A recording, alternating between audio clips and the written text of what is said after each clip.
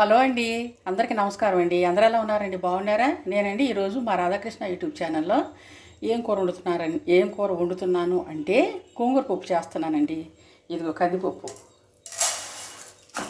కందిపప్పు కొలత ప్రకారంగా ఇందులో వేసుకుంటున్నాను. గోంగూర పప్పు చేసే రీజన్ ఏంటంటే చెప్పాను కదా, మొన్న మా ఆయనకి నాలుకలేంటి పీకలేంటి అన్నీ కోసేసుకున్నాడు. ఆ రోజు నేను ఆయనకి తెలియకుండా చేశాను, టమాటా పప్పు చేసేసా.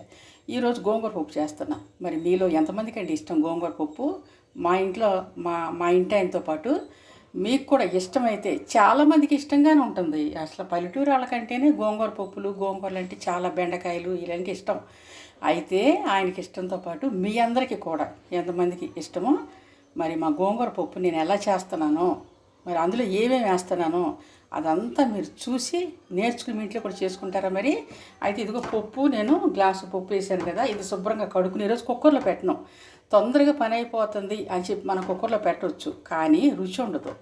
ఎప్పుడో హడావుడి అయితే తప్ప మామూలుగానే వండుతాను. హడావుడి అయితే కుక్కర్లో పెట్టి వండుతాను తప్ప, లేదంటే మామూలుగానే వండుకుంటాను. పప్పు కడిగేసి స్టవ్ మీద పెట్టేసుకుని అది ఉడికిన తర్వాత గోంగూర వేసుకునేటప్పుడు గోంగూరతో పాటు ఉల్లిపాయ కూడా కోసేయాలి.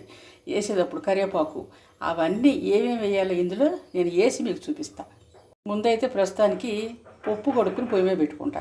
కందిపప్పు అండి కడిగేసుకుని 2 సార్లు కడిగాను, 3వ సారి నీళ్ళు పోసుకుని స్టవ్ మీద పెట్టుకున్నాను. ఇది ఉడికిన తర్వాత మీకు నేను మళ్ళీ చూపిస్తానండి. ఉడికిన తర్వాత ఏం చూపిస్తానంటే, ఏం చూపిస్తావమ్మా నువ్వు అనుకుంటున్నారా? ఇందులో గోంగూర పెట్టడం చూపిస్తా. గోంగూర పెట్టి ఉల్లిపాయ, కరివేపాకు ఇవన్నీ, పసుపు ఇవన్నీ వేయాలి కదా, అవన్నీ పెట్టడం చూపిస్తా. దీన్ని పక్కన ఇలా ఉడకనిద్దాం. ఇంకా ఎగస్ట్రా పనులు ఉంటాయి కదా, అవన్నీ చేసుకుని వస్తానండి. ఇదిగోండి పప్పు ఉడుకుతుంది. మళ్ళీ నేను కుక్కర్లో పెట్టేసి విడిగా వండేసానని మీతో చెప్తున్నాను, మీరు అనుకుంటారేమోనని చూపిస్తున్నా.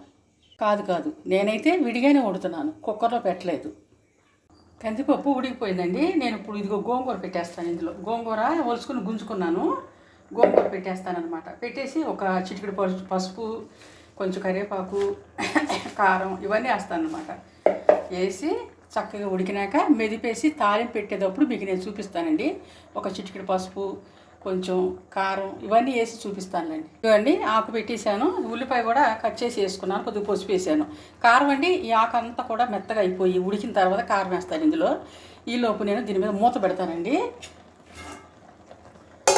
మూత పెట్టే రీజన్ ఏంటంటే చక్కగా మగ్గిపోద్ది అనమాట. ఈ ఆకంతా గోంగూర అందులో పెట్టాను, మగ్గిపోద్ది. మగ్గిపోయి కారం వేసేటప్పుడు మీకు నేను మళ్ళీ చూపిస్తానండి. గోంగూర అండి చక్కగా మంచిగా పులుపు వాసన వస్తుందండి. ఈ పప్పులో వేసాను కదా నేను, మంచిగా పులుపు వాసన వస్తుంది. ఉడకనేవ్వండి, తాలింపు పెడతాను. గోంగూర కూడా ఉడిగిపోయింది కదండి. ఇప్పుడు నేను కారం వేస్తున్నాను. కారం వేసే కదా, కరెంట్ పోసి వచ్చిందండి మాకు, పద్దాకా తీసేస్తున్నాడు, మరి ఏమొచ్చిందో. అయితే ఇదిగో కారం వేసాను, కొత్త కారం కదా సరిపోతుందండి. ఇది ఉడికిన తర్వాత మెత్తగా మెదిపేసి తాలింపు పెట్టేసుకోవటమే. తాలింపు చేసేటప్పుడు మీకు చూపిస్తానండి. నేను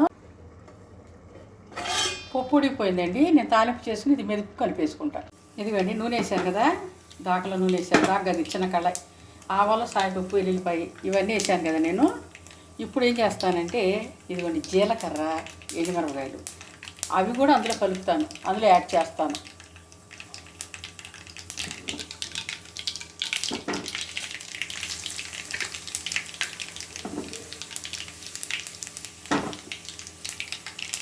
పప్పు అండి మెదుపుకోవాలి కదా. ఈలోపు నేను ఏం చేస్తానంటే ఈ వాటర్ ఉండే ఇందులో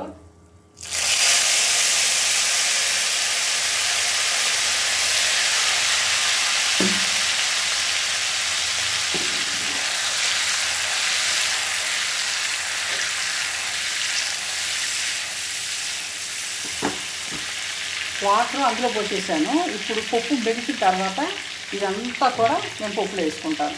చూసారుగా తాలింపు చేసి ఇందులో వేసుకున్నాను.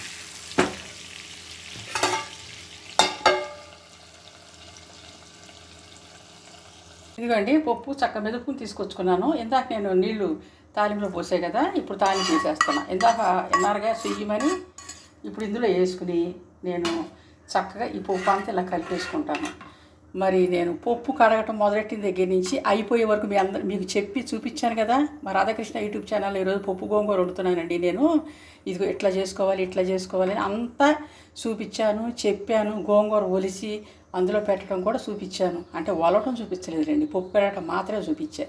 ఈరోజు ఇట్లా చూపించిన ఈ వీడియోతో నేను వీడియో ఆపేస్తానండి. రేపు మళ్ళీ ఇంకో వీడియోతో మేము ముందుకు వస్తాను. అంతవరకు మా రాధాకృష్ణ యూట్యూబ్ ఛానల్ని నేను వండిన పద్ధతి ఈ కూర మీరు కూడా వండుకుని మీరు తిన్న తర్వాత మీ ఇంట్లో మీకు నచ్చినట్లయితే లైక్ చేయండి, షేర్ చేయండి, సబ్స్క్రైబ్ చేసుకోండి.